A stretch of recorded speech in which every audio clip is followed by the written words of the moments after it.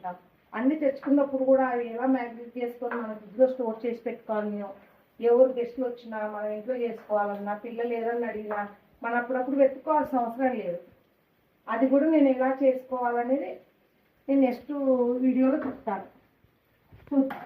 ఇప్పుడు ఇది ఇలా మగ్గినప్పుడు మనము కొద్దిసేపు ఒక 5 నిమిషాలు మూత పెట్టుకుందాం. మనకి ఇదంతా ఒక 10 మినిట్స్లో అయిపోతుంది. ఇదంతా మూత పెట్టేసుకున్నాము.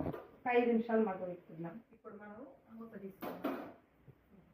మనకు ఆ బాయిల్ చూడండి ఇలా అయింది. ఇలా అయినప్పుడు మనం ఏం చేయాలంటే ఇది కొంచెం పెద్ద స్పూన్తో ఇంకా వేయి ఒక స్పూన్ పింక్ సాల్ట్. నేను అన్నిటికీ పింక్ సాల్టే వాడతానండి. పింక్ సాల్ట్ వచ్చేసి హెల్త్కి మంచిది.